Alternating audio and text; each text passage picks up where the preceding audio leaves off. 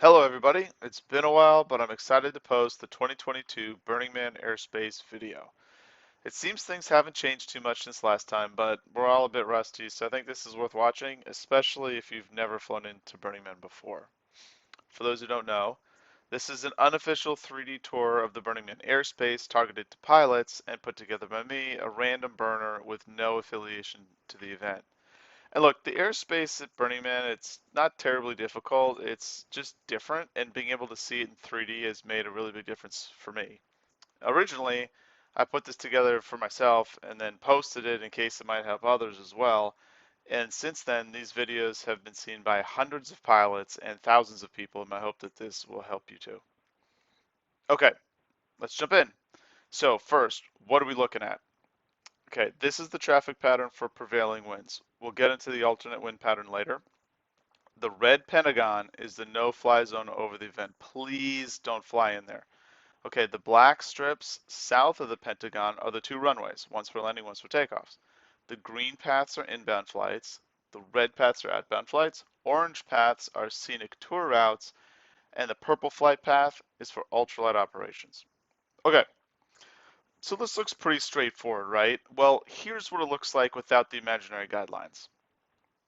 And you can see that if you don't arrive with a strong visualization of the traffic patterns, it can be confusing.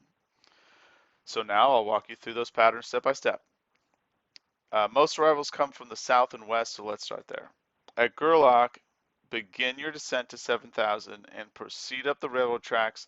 And remember, the big bad charter planes are out there, so keep an eye out. And remember, it's an FAA controlled field this year, so check in with the tower, except for 6 to 8 a.m. when you should be reporting to CTAF. As you near the event, be aware of where the downwind begins, which is roughly abreast the departure runway, but before the gap in the mountains on your right. That's your first decision point. And here, you got the option to fly the scenic pattern before landing. And if you do that, maintain 7,000 and head for point 5 on the Pentagon. And that should put you roughly between the two runways, which is the safest place to cross them. If you're skipping the scenic, just enter the downwind and separate by speed. Planes with a normal cruising speed less than 120 knots descend to 5,000 and stay to the left, i.e. north, of the railroad. Planes that normally cruise faster descend to 5,500 and stay to the right, i.e. south of the railroad. And then everybody, once established on downwind, keep an eye out for pilots joining the downwind from behind Razorback. And slow planes turn base a little after Frog Pond, with faster planes extending the downwind slightly, but not further than point 4 on the Pentagon. And look, the most important thing here is not to fly overly long downwinds. Anything longer than 2 miles or so, and you might intercept pilots exiting the scenic pattern, and that wouldn't be good. Okay, now for takeoff. Pretty straightforward. You fly the runway heading until you climb to 5,000, at which point you turn slightly left so you're flying down the middle of the valley. And remember, the ply elevation changes, but it's roughly 4,000. Okay, as you depart, regardless of your intent, you fly 2 miles. And then, if you're departing, simply climb and turn on course, staying clear of the event. Or, if you intend to fly the scenic, make a right turn and head for point 1. And in this tour, let's fly the scenic.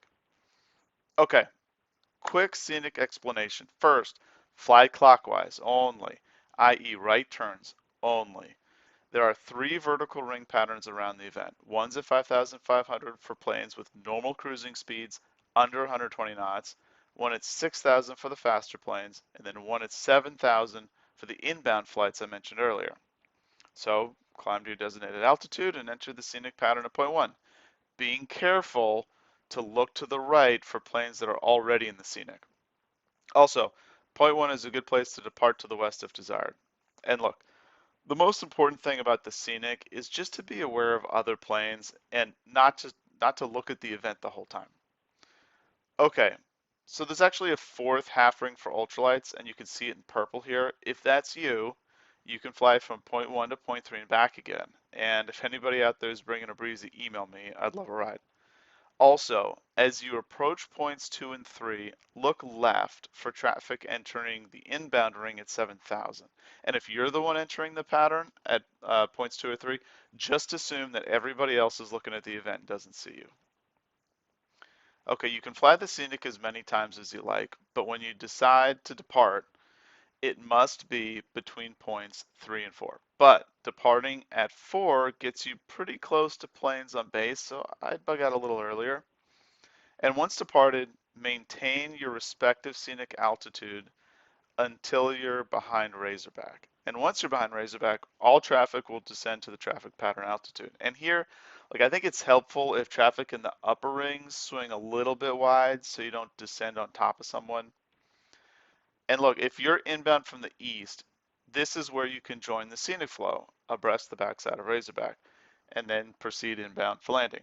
But be careful, no one will be expecting you. As you come back towards the event, look left for planes in the pattern. Entering the downwind from the scenic is a critical converging traffic point in the airspace, so be careful. And finally, turn base and land on 2-3 left. And that's all there is to it. All right, now for the alternate pattern when runways 5 left and right are in use. And look, I won't step through the whole airspace, but I'll give you the highlights. First highlight is the turn to scenic, which happens on upwind. The goal is again to fly between the two runways. So when taking off, be sure to look above you for anyone who may have turned to scenic a little late. A reasonable precaution might be to stay below pattern altitude until you're sure you're beyond the end of the departure runway. Okay, second highlight. When departing the scenic pattern, observe the same procedures as before, but enter a right downwind for 5 left. Third highlight, and probably the most important, if you're departing to the east, climb quickly so as to be above the traffic departing the scenic pattern. Lastly, inbound. It's easy. From the south or west, you fly a straight in approach for 5 left. If you want to fly the scenic first, you simply fly straight to point 1. And if you're skipping the scenic, just don't get too close to the rail tracks as traffic departing the downwind for 5 right may be flying down those tracks. And if you're inbound from the north or east, just enter the scenic pattern at the closest point and then transition to downwind. And that's it. Thanks for watching. I hope this was helpful. And remember, these are just the highlights. For all the rules, check out the official airport website for more detail. See you out on the playa.